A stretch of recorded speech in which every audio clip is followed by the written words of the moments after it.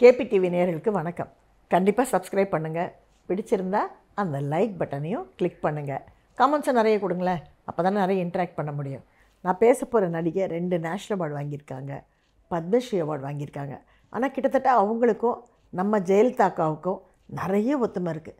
ஜெயலலிதாக்கா எப்படி செட்டில் கால் மேலே கால் போட்டு சைலண்ட்டாக ஒரு ஓரமாக உட்காந்து ரொம்ப டிக்னிஃபைடாக தான் உண்டு தன் வேலை உண்டுன்னு இருப்பாங்க. யார் அரட்டை அடித்தாலும் அந்த பக்கம் திரும்பி கூட பார்க்க மாட்டாங்க. ஷார்ட் ரெடி அப்படின்னா எந்திரிச்சு போய் நடிப்பாங்க, மறுபடியும் குவைட்டாக ஒரு ஓரமாக உட்காந்துருவாங்க. அதே மாதிரி தான் இந்த நடிகையும். அது மட்டும் இல்லைங்க, இவங்களை ஒரு சில ஆங்கிளில் பார்த்தோன்னா அக்கா பார்க்குற மாதிரியே இருக்கும். யார் அந்த நடிகை? வாங்க எபிசோடுக்குள்ளே போய் பார்க்கலாம்.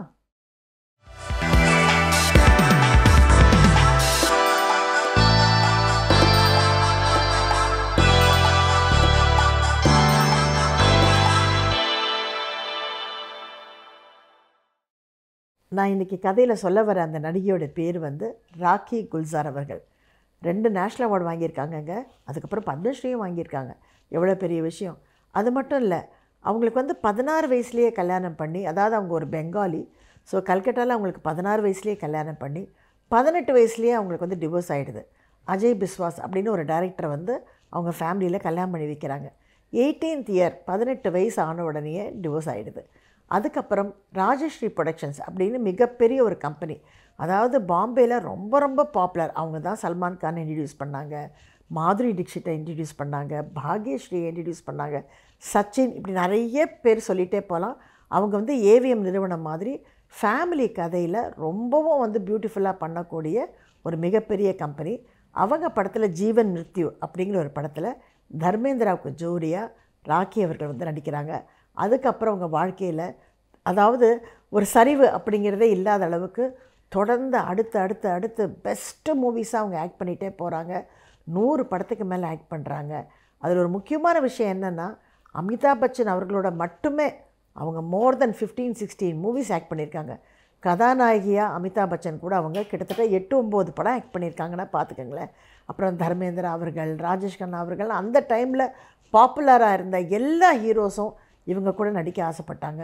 இவங்களும் தைரியமாக 2 ஹீரோயின் இருக்கிற சப்ஜெக்ட்லலாம் போட்டி போட்டு ஃபஸ்ட் கிளாஸ் ஆக்ட் பண்ணி, அந்த ஹீரோயினை விட இந்த ஹீரோயின், அதாவது ராக்கியோடைய நடிப்பு தான் மிக சிறந்ததுன்னு பல பத்திரிகைகள் எழுதுகிற அளவுக்கு அவங்க நடிப்புலேயும் ஜொலிச்சாங்க. ஆனால் அவங்க எக்காரணத்தை கொண்டோ ஒரு வல்கரான கேரக்டரோ ஒரு கிளாமரான டான்ஸுக்கோ அவங்க போகவே இல்லை. அவங்க ஒரு ரொம்ப டிக்னிஃபைடான ஒரு வாழ்க்கையை வாழ்ந்தாங்க. இன்னொரு விஷயம் என்னென்னா, அவங்கள பற்றின ஒரு நிறைய கிசுகிசுவும் கிடையாது.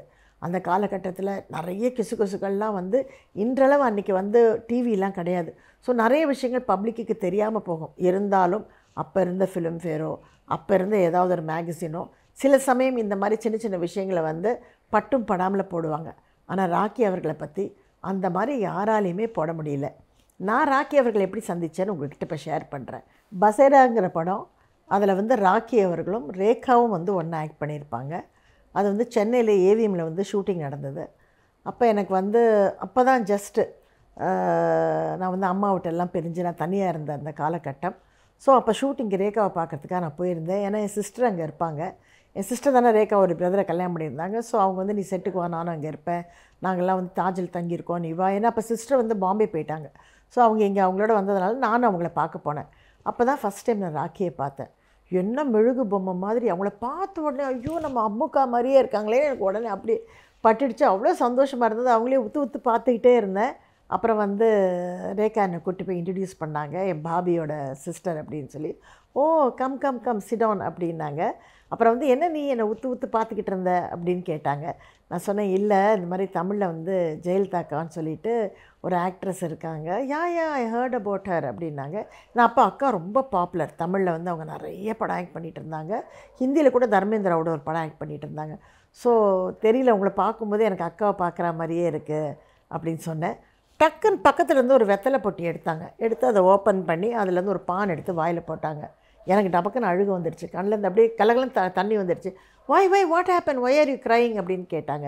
ஆக்சுவலி இதெல்லாம் ஹிந்தியில் தான் பேசணும். நான் அப்போ நல்ல ஹிந்தி பேசுவேன், இப்போது நல்ல ஹிந்தி பேசுவேன். ஸோ கியா ஹுவா, கியூ ரோ ரही அப்படின்னு கேட்ட உடனே நான் சொன்னேன், இல்லை எனக்கு இந்த பாண்டபா பார்த்தோன்னா மீனா குமாரிக்காவோட ஞாபகம் வந்துடுச்சு. நான் அவங்களோட தில்லேக் மந்திரங்கிற படத்தில் ஆக்ட் பண்ணேன். இப்படி தான் பாண்டபாவை எடுத்து எடுத்து எனக்கு ஒரு பான் ஊட்டி விடுவாங்க. நான் உடனே என் நாக்கு துருத்திக்கிட்டு போய் நாக்கு சிவப்பாயிடுச்சா இல்லையான்னு அப்பப்போ நாக்கை நீட்டி நீட்டி பார்த்துக்கிட்டே இருப்பேன். அப்படின்னு சிரித்தாங்க. ஓகே கம் அப்படின்னு சொல்லிவிட்டு அவங்க ஒரு பானை எடுத்து அவங்க எனக்கு அதை வந்து சுருட்டி அதை எடுத்து என் வாயில் வச்சாங்க. ஸோ இது வந்து ரொம்ப ஒரு மறக்க முடியாத ஒரு காலகட்டம். ஆனால் அந்த டைம்லலாம் வந்து மொபைல் கிடையாது, ஃபோட்டோ எடுத்து நம்ம சேவ் பண்ணிக்கிறதுக்கோ செய்யறதுக்கோ. ஸோ ரொம்ப சந்தோஷமாக இருந்தது. அதுக்கப்புறம் பார்த்திங்கன்னா நான் வந்து ராக்கியோடைய பெரிய ஃபேன் ஆகிட்டேன்னு நீங்கள் சொல்லணும். ஏன்னா அவங்க அவ்வளோ அன்பாக அன்றைக்கி பூரா என்கிட்ட பேசிகிட்டு இருந்தது, மீனா குமாரி அம்மாவை பற்றி என்கிட்ட கேட்டது, தமிழில் இருக்கிற ஆர்டிஸ்ட் பற்றி கேட்டது, இப்படி நிறைய விஷயங்கள் கேட்டுகிட்டு இருந்தாங்க. ரேகா வந்து பயங்கர வால், அவங்க செட்டில் பயங்கர லூட்டியாக இருப்பாங்க. அவங்க வந்து பயங்கர அரட்டை கெலட்டா பண்ணுவாங்க, இன்னொரு ஆர்டிஸ்ட் மாதிரி அப்படியே நடித்து காமிப்பாங்க, நடந்து காமிப்பாங்க. ஸோ செட்டே கலகலன்னு இருக்கும் ரேகா இருந்தால். ஆனால் அப்படியே கான்ட்ராஸ்ட் இவங்க சைலண்ட்டாக ஒரு ஓரமாக உட்காந்து சும்மா எல்லாத்தையும் பார்ப்பாங்க, ஸ்மைல் பண்ணுவாங்க. பட் யார் கூடயும் போய் மிங்கில் ஆக மாட்டாங்க. பிற்காலத்தில் இவங்களுக்கு வந்து குல்சார் அவர்களோட வந்து ஒரு காதல் ஏற்படுது. அப்போ குல்சார் அவர்கள் வந்து நிறைய வந்து சினிமாவுக்கு பாட்டு எழுதிட்டு இருந்தார், ரைட்டராக இருந்தார், டைரக்டராக மாறல. ஸோ அப்போ அவர் என்ன பண்ணுறாருன்னா இவங்களை பற்றி நிறைய கவிதைகள் எழுதி எழுதி இவங்க இருக்கிற செட்டுக்கு அனுப்புகிறாரு. அந்த கவிதையை படித்து ஏன்னா பேசிக்காகவே பெங்காலிஸ் வந்து ரொம்ப ஆர்டிஸ்டிக்காக இருப்பாங்க. ஸோ அந்த கவிதை நயம், அதோடைய அந்த என்ன சொல்கிறது, அதோடைய நடை எல்லாமே அவங்களுக்கு ரொம்ப பிடிக்குது. அண்டு அப்படியே கொஞ்சம் கொஞ்சமாக அவங்க வந்து காதல் வயப்படுறாங்க. அவங்க 2 பேருக்குள்ளே காதல் மலருது. அப்புறம் கல்யாணம் பண்ணிட்டா என்னன்னு சொல்லி 2 பேருமே கல்யாணம் பண்ணிக்கிறாங்க. இந்த காலகட்டத்துக்குள்ளேயே அவங்களுக்கு வந்து திலீப் குமார் கூட ஒரு படமாவது ஆக்ட் பண்ணிடணும் அப்படின்னு ரொம்ப ஆசைப்படுறாங்க. ஆனால் அந்த படத்தில் ஆக்ட் பண்ணணுன்னா அந்த படத்தில் இருக்கக்கூடிய ஒரே விஷயம், ஏன்னா ஹீரோயினாக வந்து கொஞ்சம் இப்போ ஹீரோயினும் இல்லை, மதரும் இல்லை, 2க்கும் நடுவில் ரொம்ப யங் ஏஜில் இருக்காங்க இன்னும். இருந்தாலும் திலீப் குமார் அவர்களோட நடிக்கணுங்கிற ஒரே ஆசைக்காக அமிதாப் அவர்களுக்கு அம்மாவாக நடிக்க ஒத்துக்கிறாங்க. ஸோ பாம்பேயே பரபரப்பாகுது. அது எப்படி ராக்கி வந்து இன்னும் இவர் கூட இத்தனை படம் ஜோடி ஆக்ட் பண்ணிவிட்டு அம்மாவை யார் ஏற்றுக்குவாங்க, அம்மாவை யாரும் ஏற்றுக்க மாட்டாங்க, அப்படி இப்படின்னு ஒரே அங்கே இருக்கக்கூடிய மற்ற நடிகர்கள் மற்ற பத்திரிகைகள் எல்லாம் இதை பற்றி எழுதுது. ஆனால் அந்த படமும் ரிலீஸ் ஆகி அவங்களுக்கு ரொம்ப நல்ல பேரை வாங்கி கொடுக்குது. அதுக்கப்புறம் சினிமா இண்டஸ்ட்ரியில் அம்மானா ராக்கி அவர்கள் தாங்கிற மாதிரி ஏகப்பட்ட படம் அவங்களுக்கு வந்து அம்மா கேரக்டரில் நிறைய நடிக்கிறாங்க. இதுக்குள்ளே அவங்களுக்கு கல்யாணமும் ஆகி மேகனான்னு ரொம்ப அழகான ஒரு பொன் குழந்தையும் பிறக்குது. ஆக்சுவலாக மேகனாவை பற்றி இங்கே கண்டிப்பாக சொல்லணும். பிகாஸ் இந்த வருஷம் அவங்க வந்து செப்டம்பர் மாதத்தில் அவங்க டைரக்ட் பண்ண ஷாம் பகதூர் அப்படிங்கிற படத்துக்காக அவங்க நேஷ்னல் அவார்டு வாங்குறாங்க. இன்ஃபேக்ட் அந்த படத்தை நான் பாம்பேயில் பார்த்தபோது தேட்டரில் கூட்டம் கொஞ்சம் கம்மியாக இருந்தது. ஆனால் சூப்பர் ஃபிலிம்ங்க. அதாவது மானெக்ஷாவை வந்து பேஸ் பண்ணி பயோகிராஃபி அது விக்கி கௌஷல் ஆக்ட் பண்ணியிருந்தார். அற்புதமான படம். அண்ட் விக்கி கௌஷலுக்கு இந்த படத்துக்கு கண்டிப்பாக நேஷ்னல் அவார்டு கொடுப்பாங்கன்னு நான் வந்து அவ்வளோ நம்பினேன். ஆனால் டைரக்டருக்கு கிடச்சிருக்கு, அதுவும் பாராட்டப்பட வேண்டிய விஷயம். ஏன்னா ரொம்ப டீசெண்டான படங்கள், நல்ல படங்கள் பார்க்குறதே இப்போ ரொம்ப கம்மியாயிடுச்சு. நம்மளால் போய் ஒரு படத்தை பார்த்தாப்பா அற்புதமான படம்ப்பா, இன்னொரு தடவை பார்க்கணும் அப்படின்னு தோணக்கூடிய அளவுக்கு ஒரு அற்புதமான படம் இது. இப்போ எந்த ஓடிடியில் இருக்குதுன்னு தெரியல. ஹிந்தி தெரிஞ்சவங்க கண்டிப்பாக போய் பாருங்கள், அற்புதமான படம். தெரியாதவங்க சப்டைட்டிலையும் படிச்சுக்கிட்டே பாருங்கள். ஓகேயா? ஸோ இந்த மேகனா இப்போ வந்து மிகப்பெரிய ஒரு டைரக்டர் ஆகிட்டாங்க.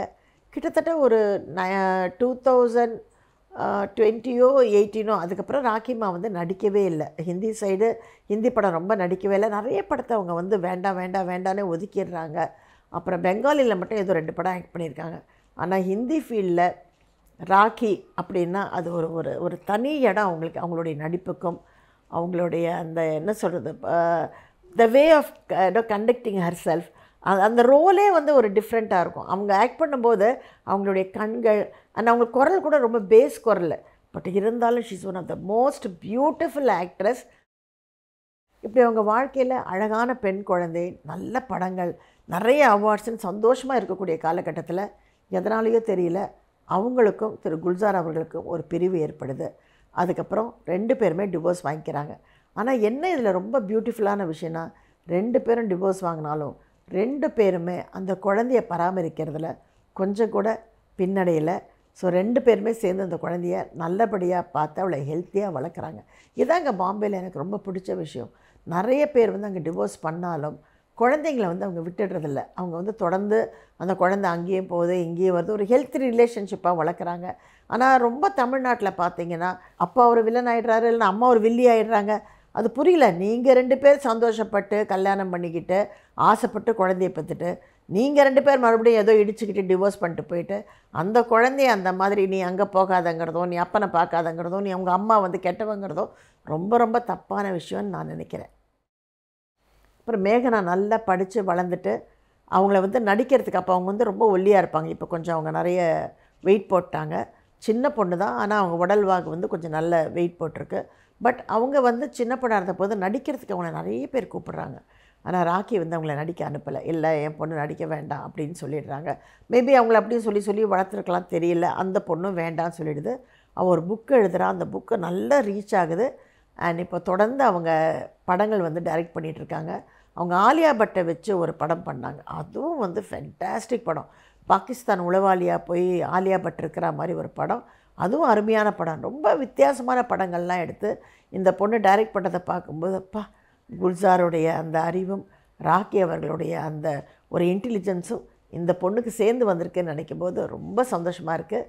அண்ட் இந்த பொண்ணு மேலும் மேலும் பல அவார்டுகள் வாங்கணும்னு சொல்லி கேட்டுக்கிட்டு இந்த நிகழ்ச்சி இதோடு முடிச்சுக்கிறேன். மறுபடியும் எல்லாரையும் இன்னும் நிகழ்ச்சியில் சந்திக்கிறேன்.